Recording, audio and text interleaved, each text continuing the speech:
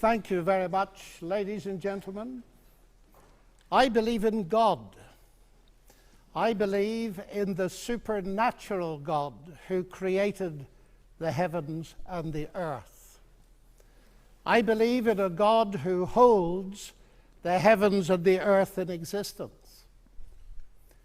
I believe that on the basis of rational evidence, similar to the beliefs held by the founders of this house, who gave this university the motto, Dominus illuminatio mea. They saw no contradiction between faith in God and the utmost excellence in rational inquiry. And if I dare mention my alma mater of Cambridge in this holy place, I would remind you that on the door of the Cavendish Laboratory in Cambridge are written the words, "Great are the works of the Lord, studied by all who delight in them." And as we look at the rise of science in the 16th and 17th centuries, Alfred North Whitehead and many others commented that men became scientific because they expected law in nature, and they expected law in nature because they believed in a lawgiver. So, ladies and gentlemen, I'm not ashamed of being both a scientist and a Christian, because arguably Christianity gave me my subject. What I am amazed at is that serious thinkers today continue to ask us to choose between God and science. That's like asking people to choose between Henry Ford and engineering as an explanation of the motor car. When Newton discovered his law of gravity, he didn't say, "I've got a law, I don't need God." No, he wrote the Principia Mathematica, arguably the greatest work in the whole history of science, because he saw that God is not the same kind of explanation as a scientific explanation. God doesn't compete. Agency does not compete with mechanism and law. Why is there something rather than nothing? Alan Sandage, the brilliant cosmologist who became a Christian in his 50s, said God is the answer to that question. But people are now so desperate to show that the universe created itself from nothing, which seems to me to be an immediate oxymoron. If I say X created Y, I'm assuming the existence of X to explain the existence of Y. If I say X created X, I'm assuming the existence of X to explain the existence of X, which simply shows that nonsense remains nonsense even if high-powered scientists utter it.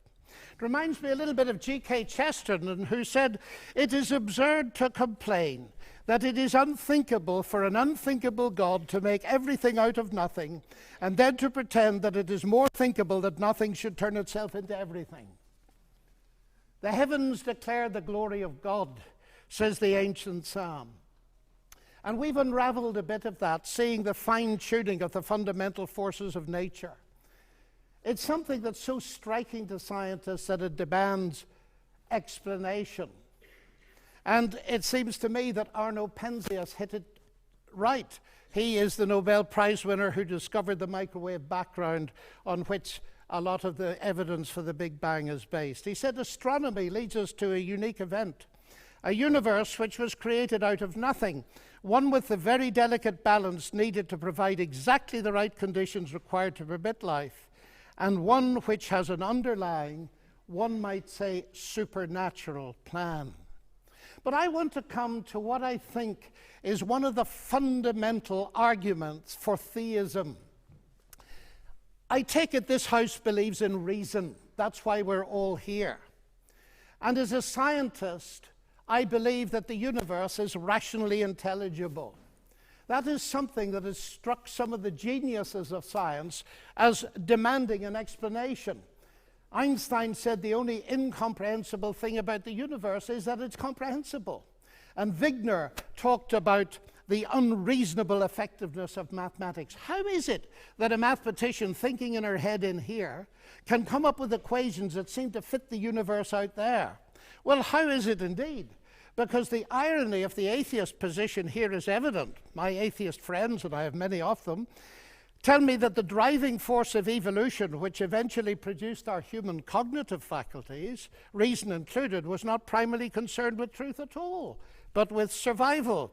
And we all know, ladies and gentlemen, what has often happened and still happens to truth when individuals or commercial enterprises or nations feel themselves threatened and struggle for survival. A leading philosopher, Alvin Plantinga of Notre Dame, says if atheists are right that we are the product of mindless, unguided natural processes, then they have given us strong reason to doubt the reliability of human cognitive faculties, and therefore inevitably to doubt the validity of any belief that they produce, including their atheism. Their biology and their belief in naturalism would therefore appear to be at war with each other in a conflict that has nothing at all to do with God. Yet my atheist friends still insist that it is rational for them to believe that the evolution of human reason was not directed for the purpose of discovering truth. And yet it is irrational for me to believe that human reason was designed and created by God to enable us to understand and believe the truth. Curious logic. By contrast with that, biblical theism asserts that ultimate reality is personal and intelligent, and the reason science works, and this was the motivating force that drove the great pioneers of science, is that the universe out there and the human mind in here that does the science are ultimately the product of the same intelligent divine mind. Human beings are made, we are told, in God's image, and that means that science can be done. That makes infinitely more sense to me as a scientist than atheism does. Now let me come briefly to ethics. Ethical behavior, like rational behavior, of course, does not itself require religious belief. This is consistent with the fact that humans are created in God's image as rational moral persons. But just as I suggest that rationality cannot be explained without the existence of God, so I dare to suggest that the existence of morality cannot be explained either. As modern science sprang from Judeo-Christian sources, so did the concept of human equality. Listen to atheist Jürgen Habermas, arguably one of Germany's leading intellectuals. He said that universalistic egalitarianism, from which sprang the ideals of freedom and a collective life and solidarity, the individual morality of conscience, human rights and democracy, is the direct legacy of the Judaic ethic of justice and the Christian ethic of love. This legacy, substantially unchanged, has been the object of continual critical appropriation and reinterpretation. To this day, there's no alternative to it. Everything else is just idle, postmodern talk. And it seems to me he's hitting the core of something important, because the value of a human being on which such egalitarianism rests is based not on what the human being can do, but what she's made of, or how she's made in God's image. I never forget speaking on one of my many visits to Russia to a colleague in the Academy of Sciences. And he said, "You know, John, we thought we could abolish God and retain a value for human beings. We found we couldn't, and we murdered millions of them." And Alexander Solzhenitsyn has said, "If I'm asked, why is it that 60 million of my fellow countrymen were sacrificed?" He said, the answer is, we have forgotten God. Science, of course, marvelous as it is limited. Even a Nobel Prize winner, by analyzing a cake, cannot tell why it was made. But Aunt Matilda, who made it, can tell you. She can reveal it to you. But if she doesn't reveal it to you, you'll never know. And that brings me to my next evidence. It's the same with the universe. We can analyze it magnificently. But ultimately, if it has a maker, and I believe it has, only he can tell us what it's all about. And he's done so in the powerful narrative of the Bible, in particular in its analysis of the problem with humanity, not simply in terms of behavioral breakdown between people, but a vertical breakdown of trust between us and the Creator.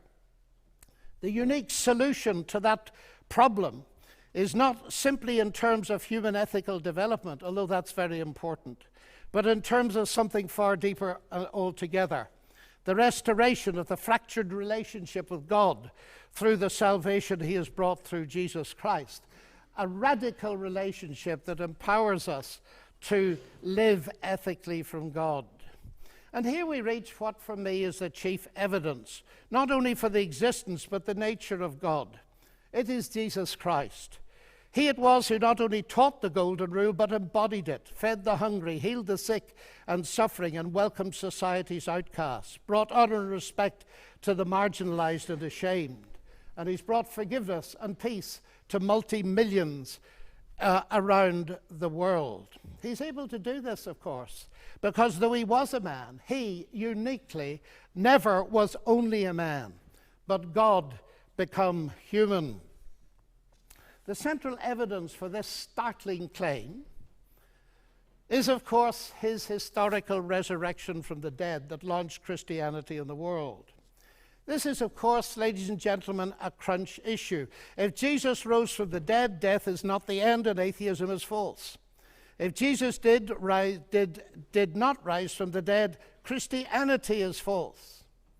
And I remember at Cambridge as a student listening to the brilliant Sir Norman Anderson, a legal expert, going through forensically the evidence from his legal perspective as a brilliant lawyer. And he said at the end of it, "The empty tomb, then, of Jesus forms a veritable rock on which all rationalistic theories of the resurrection dash themselves in vain." Just finally now, as I read the Bible, I do not only find intellectual satisfaction, but I find a great deal of that.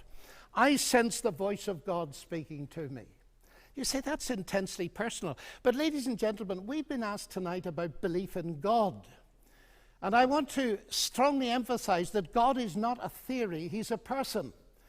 And if the origination of me qua person is a personal God, then the most exciting thing really is there a possibility of getting to know God? And so I don't simply believe there is a God. I've come to know him and trust him. And I have strong reasons for doing so, because of Christ dying and rising again for me. And that has generated in me a sense of utterly unmerited forgiveness, acceptance, and peace. That has enabled me to face the ugly side of my own nature, and with God's help to do something about it. But it's enabled me to face something else. The hardest problem I face as a Christian is the problem of evil and pain.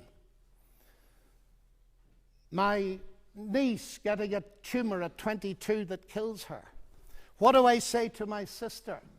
And this is the hardest problem we face. But it seems to me that atheism here has no answer, because by definition, atheism believes that human death is the end, so there is no ultimate hope. But you see, ladies and gentlemen, we could stay here till midnight and beyond arguing, as has been done in this university for centuries, what a good God should, might, would, could, if not, possibly might, just could he not have done, and we'll get nowhere. So it seems to me there's another question we can ask, and it's this. Granted that life presents us with a double picture.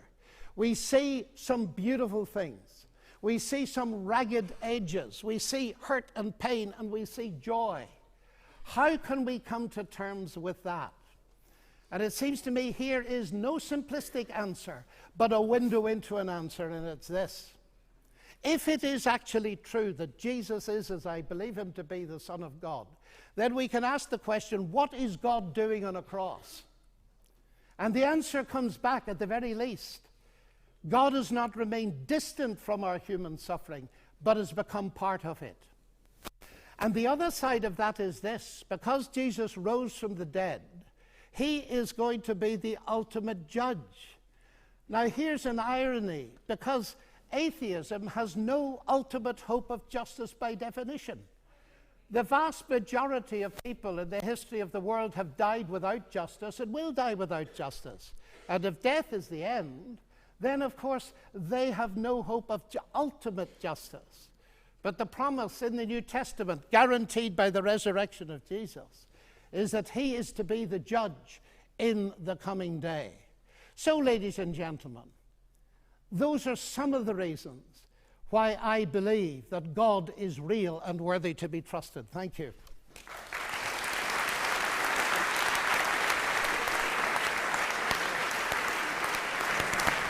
Amém.